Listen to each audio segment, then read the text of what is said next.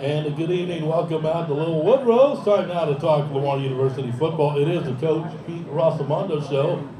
I look to my left and I don't see Coach Pete Rossomando. I see James Dixon, Assistant Athletic Director for Media Relations. Mother Nature forced the Cardinals to practice late this evening, so we got an exciting show for you tonight. I'll visit with James a little bit. We have both men and women's basketball coach. We have marketing. We have the AD. So a little bit of everything, Mr. Zipper Dixon. Yeah, I'm sure it's quite disappointing for people to show up for the Coach Rossomando show and to see me sitting here. But unfortunately, Mother Nature proved herself to not be a Lamar Cardinal fan. We had a practice, got started at 3:40, and that's the time when lightning started to strike around the campus. And every time there's a strike, practice got pushed back 30 minutes from that most recent strike. So it wasn't an electrical storm. Let's talk about a little bit. You were out there in the booth with me this past Saturday, Louisiana Monroe beating the Cardinals 24-14. Although it's a loss, the team we saw Saturday was much improved from the home opener against Idaho some 9 days earlier. Yeah, before I do that, I do want to say I may not be Coach Rossomando, but I do have better hair than Pete does, so I want to throw that out there. But you're absolutely right. The Cardinals coach said going into the Week 1 showdown that most teams see the most improvement between Week 1 and Week 2. And I think this team was evidence of that, the improvement that they saw, not only in the overall production, the total yards of offense, the total yards of defense, and defense reduced that number, and just the way we were able to move the ball up and down the field, the way the defense was able to get stops. And also, we got down 21-0 at halftime. Yes. In years past, if that happens, the team would kind of hang its head a little bit, and this team didn't. They kind of dug their heels in and said enough is enough, and they went right back at it. And we scored 2 touchdowns in that fourth quarter, pulled to within 7 points. Made it a one-possession game. And you and I even talked in the break after that timeout. Like, it feels like we've got all the momentum right now, and we felt like this was our game at that point in time. What I really liked, Robert Coleman, quarterback, looked a lot better. 190 yards passing, 1 touchdown, 5 catches for Kenan Fusilier, 5 catches for Andre Dennis. Major Bowd had 3 catches, a touchdown. Isaiah Jones had 3 catches, and he also had a rushing touchdown. Yeah, it was one of those nights where Coleman completed 76% of his passes on the night. He was something like 19 for 25, somewhere in that neighborhood.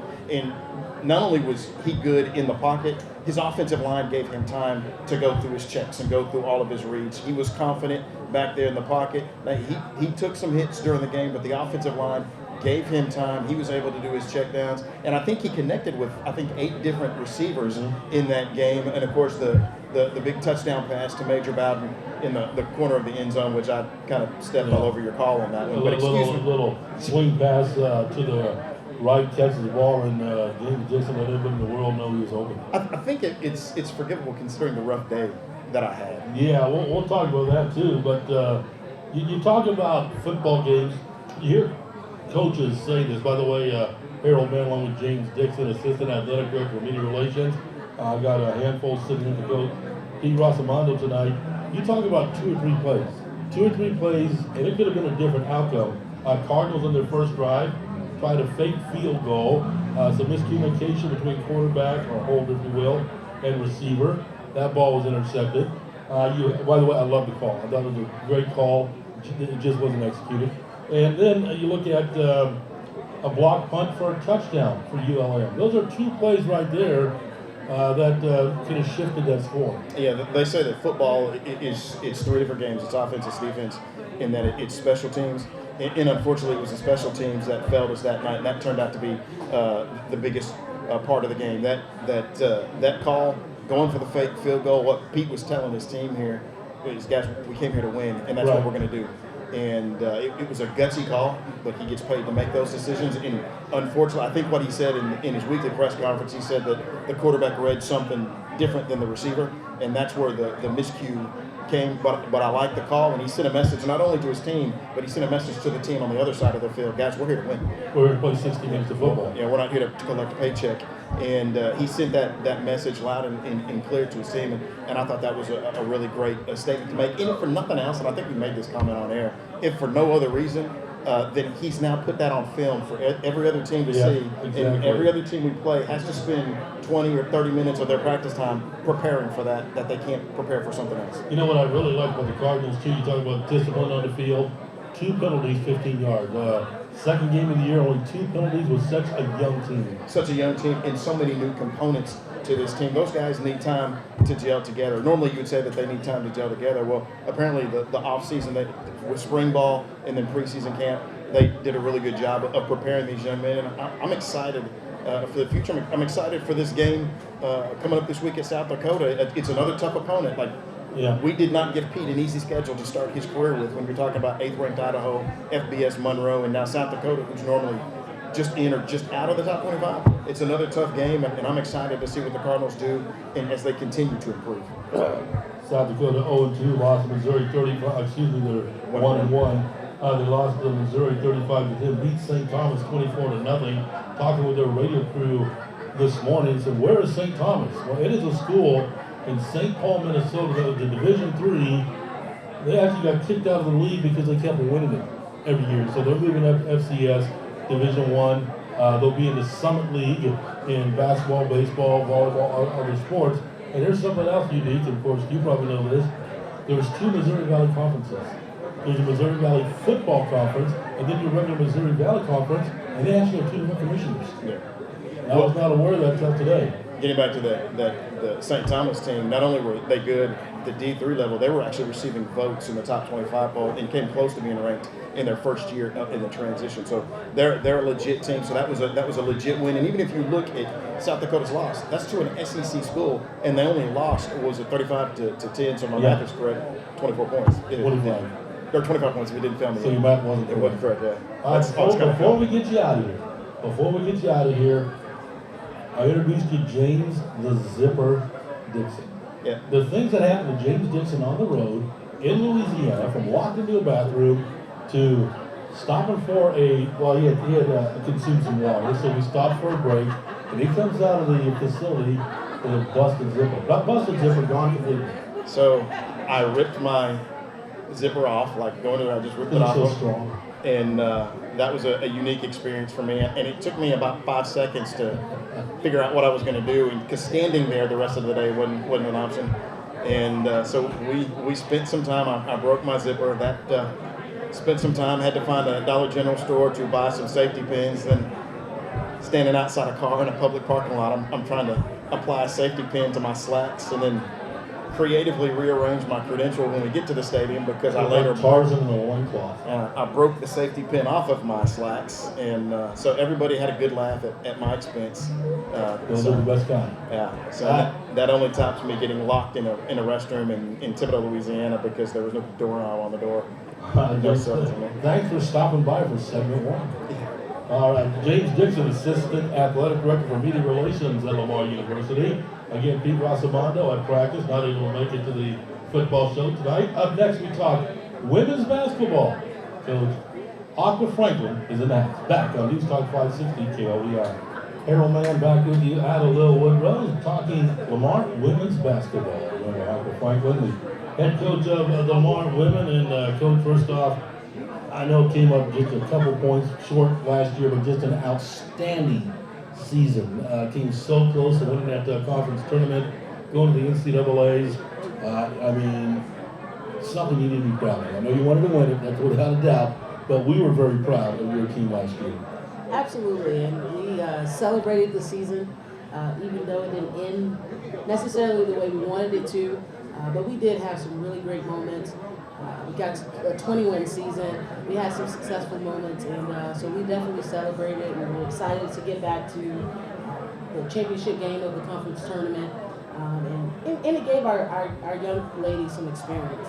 And I think this year, coming into the season, it's showing a little bit in our practices and in our workout, because we definitely want that game back. You talked about what you have, the nucleus as you coming back. You lost, I'd say one. I mean, don't take away from it, but you lost one primary player that gave you a lot of minutes, and after that, you got everybody back. Absolutely. We're actually bringing everybody back. Malay coming back? Malay is back. Oh, let me rephrase that. So actually, you have everybody coming back. She got another year? She has another year. Awesome. We have a super senior with her, and also Brooklyn, Yeah. who didn't play, who transferred in from Kansas. And that was a girl you recruited when you were an assistant in Kansas, is that At the correct? University of Kansas, absolutely. Brought her back home. She's from New Orleans. Last year she tore ACL, so we have 2 super seniors. Sabria Dean is finally a senior. Seems like she's been here a really long time. NJ Weems. We have some really great talent coming back, and I'm really excited about it. You had a lot of accolades too for postseason. Absolutely. I mean, we can't not talk about Acacia Davis Okay, yeah. and what she does on the inside. I mean, number 6 in the country in field goal percentage is unbelievable. She's a force to be reckoned with inside the paint. And that was last year. Now we're moving into this year, talking about the off season during the summer. I'm sure a lot of your players studied and worked out the best they could. And when do you get them? When can you start working with them as a staff? Well, we got about 2.5 weeks off after the season. Healed up some injuries that had just been nagging throughout the year, and then we went home for we started spring workouts, and then we went home for a little bit after school was out, and then I gave them the first summer session off. It was time to kind of relax, get back, spend some time with the family, and then they came back in July for second summer session, and we got to work right away. Kind of introduced them to the incoming players. We had 5 newbies. You have 5 newbies? Five newbies, kind of filling some voids and filling some places that we needed. Got a little taller, and on the perimeter, got a little taller, and just added some depth. And so they came back in July, went home for about a week and a half, 2 weeks, and then came back August ready to go. I was in there about 2 weeks ago, stuck my head inside the arena. It's nice. New lighting, new floor. It's pretty cool. It looks like a brand new place, and we just got put out again because we're continuing to add.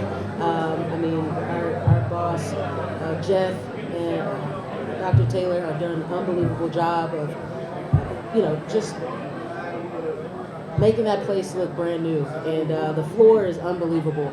If you haven't stood on it, you come by when it's down, stand on it. It's a great feel. It's a soft feel. It's Yeah, I looked at it today. It's covered with tarp and chairs. Absolutely.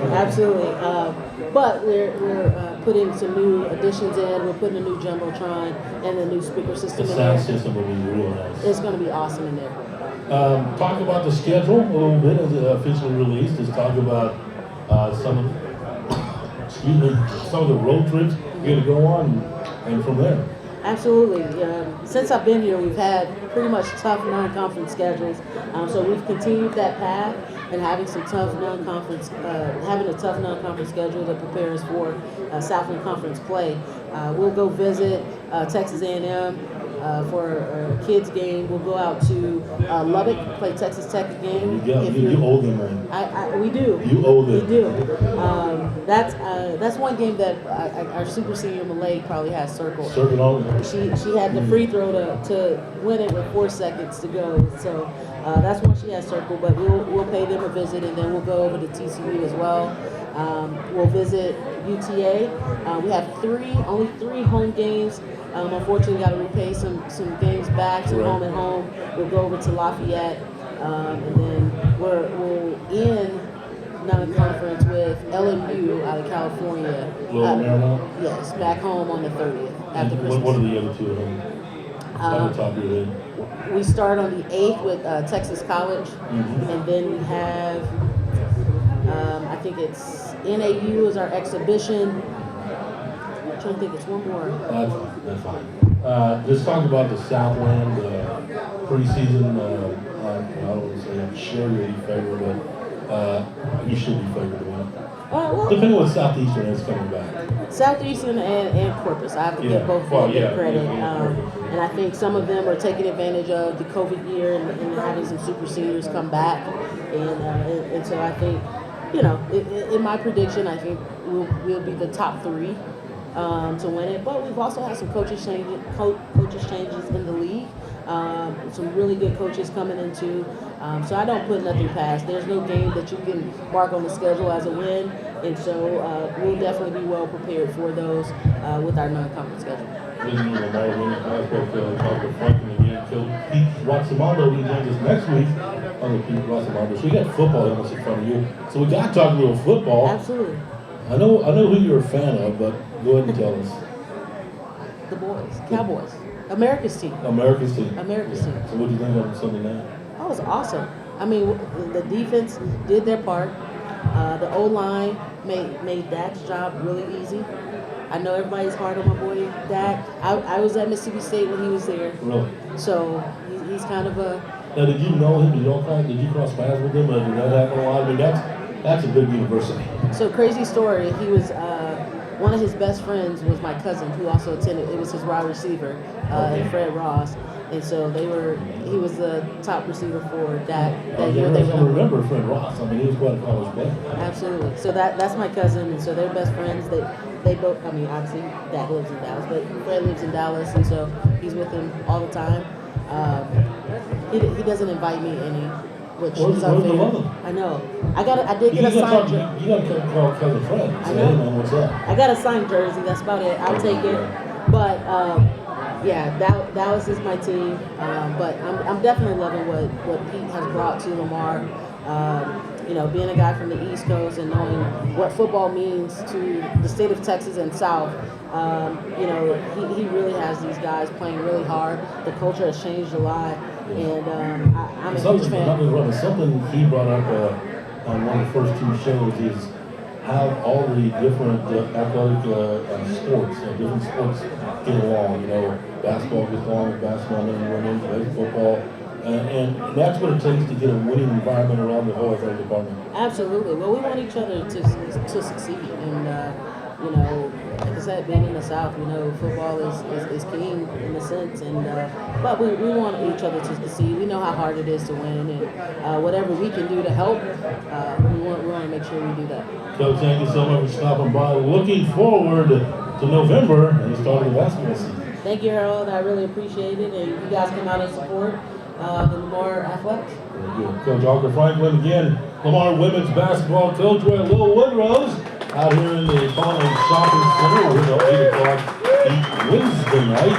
We the rest of the football season. Coach Rossomando couldn't make it out here tonight. Up next, we're scheduled at 8 o'clock men's basketball. That comes up on News Talk 560 KLVI. Harold Mann back with you at Little Woodrow's talking Lamar University Athletics, the Coach Pete Rossomando show. Cardinals, by the way, in South Dakota, Vermillion, South Dakota, on Saturday, 1 o'clock kickoff right here on KLVI. I want to thank Coach Dr. Franklin for stopping by. Now we're going to talk men's basketball. Coach Allen, say, Coach. Hey, it's pretty loud. How you doing, Harold? Everyone back out here. Is that better? That's better, man. Good. Thanks for having me, man. I'll tell you what, this white helmet is cool, man. I really like it. Is it going to be here when you leave? I don't know if I can find an extra one, man. I might swipe it. I wanted it 2 weeks ago, but they got to it before I did. Yeah. So, anyway, yeah. Let's talk about your men's basketball program. A few changes in your roster from last year, and I just could tell how excited you are. I went by one of the, shoot-arounds and looked at the new floor, and it's just going to be a whole new show for the fans. It is. It's going to be a new look, and I was talking to a couple of people locally, and so over the years, we've had some struggles overall in the program, and since sometimes when people are not used to seeing what a rebuild looks like, they think maybe it's the same old thing, and it's not. And I think that'll start to show this year. This will be year 3 for us, but in a sense, kind of year 2, the first year here without COVID. But I love what we have. We have now, for the first time since I've been here, we have returners. We got 8 returners, and all of them we started games at some point in the course of last year. We got a few guys out of the portal. We're no longer small. We have a big front line. We got bigger guards. Last year we put on the floor a lot of times. We had 4 freshmen and 4 19-year-olds, and this year, we only have 2 19-year-olds in the program, and neither one of them will be the primary guys. And so people say, well, you lost your leading scorer, but we didn't lose our best player. Our best players. As weird as that may sound, it's true. You have scorers and you have players. You have players, and I said, and we kept our best leaders, and we're mature. And, you know, all these guys in this day and age, what's really important is finding guys that really rock with Lamar and that want to play for Lamar and that are really good enough to help us win. So we have that. I think it's going to be an exciting year. As you will see once we start playing, we play our first game where everybody's seeing the first exhibition game is November 1st in St. Thomas, and the season opener is November 6th against Jarvis Christian, and you'll see the style of play. It's going to be a faster pace. It's going to be more pressure, full court pressure. It's going to be up and down. It's going to be an exciting brand of basketball. So I know for sure that people will enjoy watching us play. And at the end of the day, this will be our best group, and we're going to win more games than we've won the last couple of years. And it's safe to say that. I'm comfortable saying that. And then looking forward to an exciting conference race. But, I know we're talking about basketball, but I do want to say that I've had the opportunity to watch Rossomando's team that he put on the field when they played Idaho here. And a really, really good team. It's going to go deep in the playoffs, could possibly contend for a championship, I think, at the FCS level. And I saw against Monroe, we played very well. And so I've seen them practice. I've seen them in the weight room, and I love how hard they work. And I love the discipline that they have. And the way that they are building the program is what you have to do to win. So I don't think there's any question. It's just going to be a matter of time and get it turned around. And it's a great energy, very positive. It's very good just being around them, and it's contagious. So I talked to Coach Arthur Franklin about that. You want all sports across the table to win, and that's what I see among you coaches. You all get along with each other, and you all want each other's sport to be very successful. And I think that across the board, I think we've got really good head coaches and coaching staffs across the board in our men's and women's sports. I think if you watch any one of our teams play, and you'll be able to go watch them practice, the practices are well organized, intense, competitive. The players, student athletes are really good at playing for each other and being very competitive. And so I think everything's on the way up. And then for us in men's basketball, like Jeff O'Malley, Dr. Taylor, and their staffs have done a great job in helping revitalize the Montaigne Center. So when you walk into the Montaigne Center now, it's not going to be the same place that you were accustomed to seeing. It's not only cosmetics. I mean, it looks beautiful. Trust me, I was there a couple of weeks ago. But that floor, didn't have any give to it. So, from what I understand, you can speak on this a lot better than I ever could. It caused legging. I can speak to it. I don't mind doing it now since we have a new court. I didn't like to talk about it before, but I know from experience from my time at the University of Houston. And we were in old Hofheinz Pavilion, which had the old floor and the old core lighting. And if you go back and look, I mean, it was Coach Sampson's first year, but that year, his first year, was last year Hofheinz. Wasn't a great year from the standpoint, I know in one loss wasn't great, but we also had a significant amount of injuries. Mikhail McLean, who's my assistant here now, that was at Houston playing during that time, broke his foot 3 times. So I was told that was an issue back then. I didn't really understand it. But as soon as we got the new court, the new floor put in, then all of a sudden the leg injuries went to a minimum, and things changed. So when Jeff O'Malley walked in, and the first time he stepped on the floor, and he said, "Man, this floor is really hard. How many leg injuries you had?" And I had. I said, quite a few. And then so all of a sudden, and he officiated for years, so he officiated for 30 plus years. So he knows the feel of the floor. He knows the feel of the floor, and honestly, when I would coach on that floor. My back, my knee, but and it wasn't age, it was the floor. So So now you locking in now, and the lighting is so much brighter. In the past, it became normal to look at it because that's kind of what we were accustomed to seeing if you saw it every day. But it was darker, and you'd see the shadows and what have you, and everybody shot in it, but I think James Dixon made a good point. We were talking about, our players, the men's and women's players, would have to adjust when we go on the road to opposing teams. So now the lighting's brighter, so it's just a little different, So not excuses, it's just the facts of those were the things. And so now we've had a significant upgrade in our facilities there, and we've invested in improving the arena, which also improves player performance, I think. And so now we've had a chance to practice on the new court, new wood court, and it's got a lot of nice bounce to it, give. It's really nice. That just looks great cosmetically, but it also feels great. And then the lighting is great, and so now they got the new scoreboards coming up that they'll be putting in, just like they put in a new scoreboard for football. New sound system. New sound system coming in, and that's going to be really significant for our fans. So that along with all the cosmetic changes and the things we've done there with a team that will be much better, I think it's going to be really exciting here. I know our women's team is going to be good again, like they were last year, and they got a lot of returners, so they'll probably be even better. So it's just, it's an exciting time. We're doing a lot of great things, a lot of new things around there. I think our administration, our leadership has done a lot of things to help us as a program get better. And so I'm just excited about that and looking forward to it. Talk a little bit about your schedule. Who are some of the big guys that play in the road? Well, we'll open up, like I mentioned, with Jarvis Christian here on the 6th of November, and then we'll travel a few days later to play at SMU in Dallas. And, of course, SMU is in America now, but next year they go to the ACC, Atlantic Coast Conference. So it's a big game. Then we'll come back home and we play UTSA, which is now American Conference team. We'll play them at home and then in Beaumont, and then we'll also play them later in non-conference schedule in San Antonio. So we play them home and home. We will play at Pacific, return that game on the West Coast. Then we'll also play in a multi-team event, into a tournament in Virginia at Longwood, and play in that. And then we'll play in that Longwood tournament, and it'll be with Cookman, Delaware State, and Longwood. That's in that.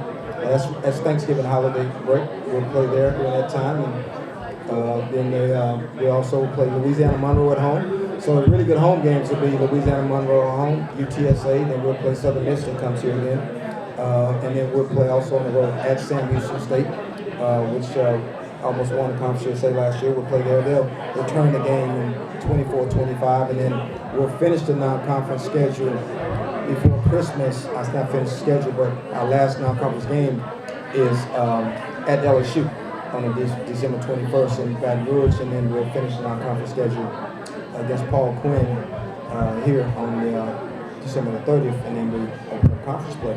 Good deal. Coach Alvin Brooks, thank you so much for stopping by. Looking forward to the 2023-24 men's basketball season. Thank you, Harold, and thanks for having me, and enjoy listening to you as always. Thank you, sir. Coach Alvin Brooks and Lamar Cardinals men's basketball. We'll talk marketing when we return. The Little Woodrows on News Talk 560 KLVI. Harold Mann back with you at Little Woodrows Colonnade Shopping Center, as we're talking Lamar University Athletics tonight. Usually we visit with Coach Rossomando, and we'll have him back next Wednesday night. However, with the Mother Nature lightning, this practice got delayed. I want to thank Lamar men's and women's basketball for stopping by. Also, look over here, Coach Amy Hooks is in. I can't see. Was she? Yes. Okay, there she is. Thanks for the softball coaches for stopping by. Alenda, you are what you see. We can't see anything, can we? Correct. We can't see anything. Alenda's Pledge, who is the Associate Athletic Director for Marketing at Lamar University. And it all really officially kicked off with volleyball and soccer, now football. Just talk about the marketing department, what you do, and your vision of reaching out to the community.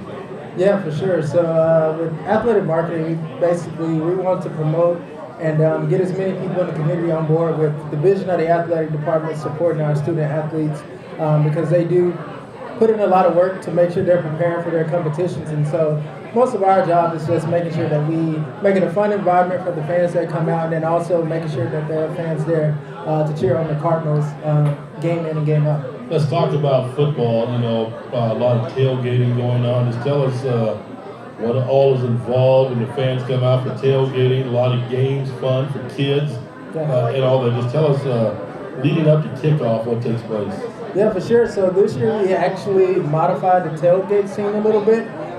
we introduced what we call it Big Red's Boomtown Tailgate, basically putting a centralized location on tailgating their own main campus right across from Provost Humphrey Stadium. It has a live stage there where we invite live DJ. There's Cardinal Lane located there where we invite several corporate sponsors, and we have inflatables for the kids. And then also our student life is a big part of making sure that there's a great atmosphere that is happening leading up to kickoff at the stadium. Let's talk about I love this pledge again with Lamar Marketing, Associate Athletic Director. And that one way we've had some great turnout. We want it to be better. What's it going to take to get those students into those games? Yeah, I think that tailgate modification is going to be a big piece of it. Once we're able to continue to get the students out of the dorms and just get them closer to the stadium. So from a marketing standpoint, last home game, we actually had a mechanical bull ride competition. Now, did you get on the mechanical bull? I did not get on the bull. Did James Dixon get on the mechanical bull? James is here tonight, so I assume he didn't get on there either. I know I wouldn't. I wouldn't get on it. You know, we're primarily talking football now because this is the Pete Rossomando show. But let's talk about marketing and a lot of fun for the kids in other sports such as soccer, volleyball, when we turn into basketball and baseball and softball.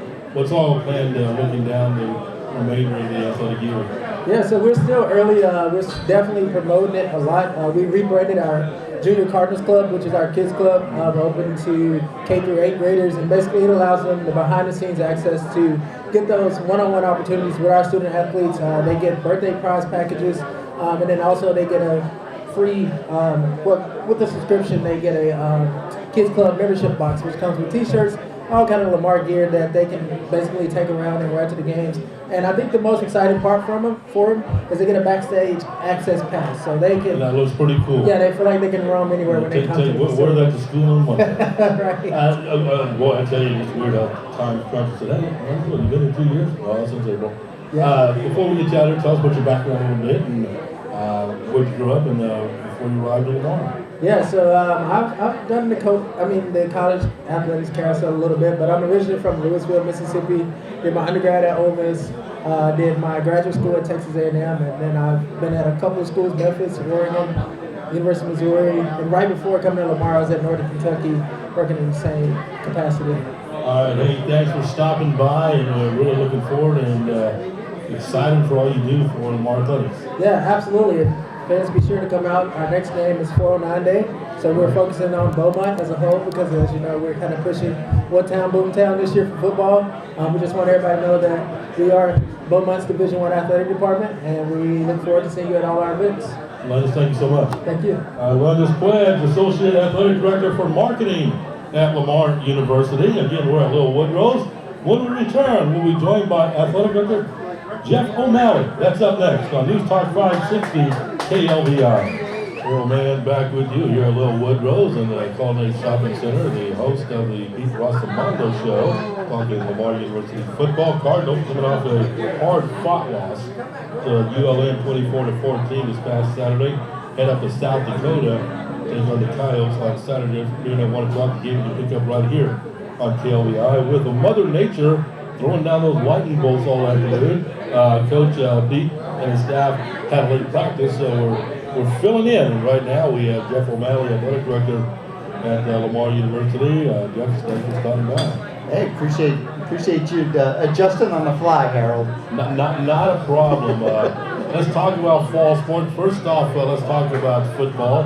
A week ago, actually it'll be 2 weeks ago tomorrow, opened up the season at home against Idaho, and the team that very well contend for a national championship this year. Let's just talk about the atmosphere, the whiteout, the students, the freshmen running, all that. Just, and Alonda's talking about it a little bit, but just talk about a little bit about leading up to kickoff.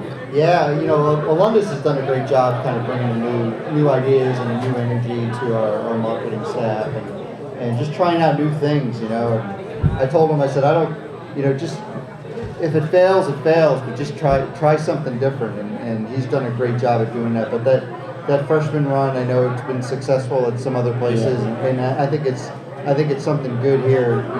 We had a decent turnout for that. I expect that's going to get even better moving forward. To interrupt you on that, one of the first ones I ever saw is we went to Baylor. Yeah. The Baylor president ran with them. Yeah. Where's Dr. Tibbler at? Don't give him any ideas. I don't want him pulling up hurt. We need the president of the university and the athletic director of the university to run with the freshmen. My running days are over. Yeah, mine too. But you know what? It's just something that the t-shirts, getting them together, giving them something to do. And I think as we get into our Saturday home schedules and our conference opponents, it's going to be even better. Right? We're going to attract more students. There are going to be more things going on, and then that's going to grow along with the student tailgates. A lot of excitement when it comes, of course, we're talking football, but we had Coach Franklin and Coach Brooks on with us.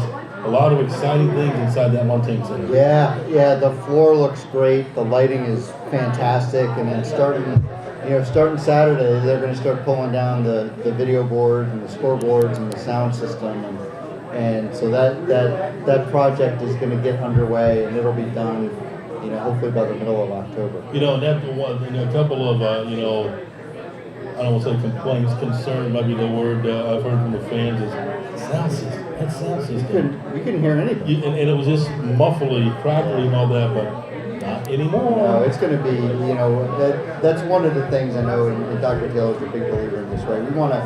We have to present ourselves in a first-class manner, and so, when you walk in there and you see that new floor and you see those lights, like even before you turn the corner and walk in there, something's different. Yeah, I'm walking down, I think it was 2 weeks ago, I'm walking down the hall, and I can see the lights shining out into the hallway, and I'm like, they got spotlights on them? I honestly thought, what are they doing in there? But that was the new lighting system. It really looks pretty cool. Yeah, and it's really gonna, that's TV quality. When you see the ESPN Plus stream, it's really gonna pop. There's not gonna be any more shadows on the floor, and it's really gonna look good when you're. And that's also a good recruiting tool. Absolutely. It's a great recruiting tool. Although it's still a few weeks away.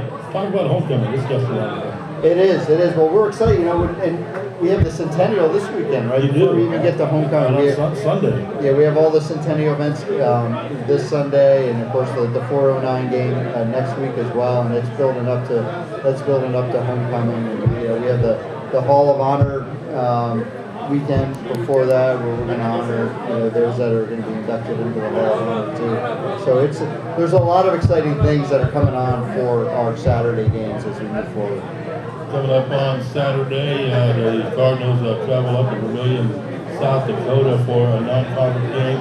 Just talk about the process, because I think Lamar averages maybe one flight a year. Yeah. Just how difficult is that to get all that together? You got to get plane tickets, you got to get hotel rooms, you got to get travel from the airport to Vermillion and all that along. Yeah, the only thing that really changes is you have to book the charter, right? So you have to work with the charter companies and book that charter aircraft. We're going to fly right out of Beaumont, which is great. And then, after that, it just becomes a regular road trip at that point. It's a little bit of a longer distance for our equipment to travel, and so we've, Coach Rossomando had a contact and working with the moving company to help us get some of our equipment to and from South Dakota. But other than that, it's just the flight is the biggest part in the distance. But having an afternoon kick, 1 o'clock certainly helps. We'll be back by 10. We're gonna knock on wood. If we don't have any delays, we'll be back at a decent hour. In this game we're scheduled. This game was on the books, and of course they're going to be coming back here. We had to juggle some things around. I think they come back in 25 or 26. Now, is there a return trip to Idaho? There is a return trip to Idaho. So that's in 26. We're there the second week of the season in 26. I have about 45 seconds to talk here, but just talk about, I don't want to say the difficulty, but how you put together future schedules for non-conference opponents. Yeah, the biggest thing for us, the one thing that you try to do, you're not always successful, is you try to get the bye game really long, right? So you want to go, most FCS teams go and get bought by an FBS opponent once a year. So, you try to lock that in, because that's where you have to be the most flexible. and then you try to fill in your home and homes that you need at your place at home, and then work on where you can go on the road. But we have some holes. We did a whole bunch of juggling 2 weeks ago, moving some opponents around, and now I'm starting to build out 26, 27, 28. As we move forward. All right, Jeff, thank you so much for stopping on by tonight. We will see you Saturday in Vermilion. Actually, we'll see you Friday. See you Friday. But then we'll see you at the game of Saturday in Vermilion. Sounds good, Harold. Thank you. All right, Coach. Athletic Director Jeff O'Malley. I want to thank everybody for taking part in tonight's show. Don't forget, it's the Cardinals and South Dakota coming up at 1 o'clock Saturday afternoon right here on KLVI. We'll see you next week right here at Little Woodrow.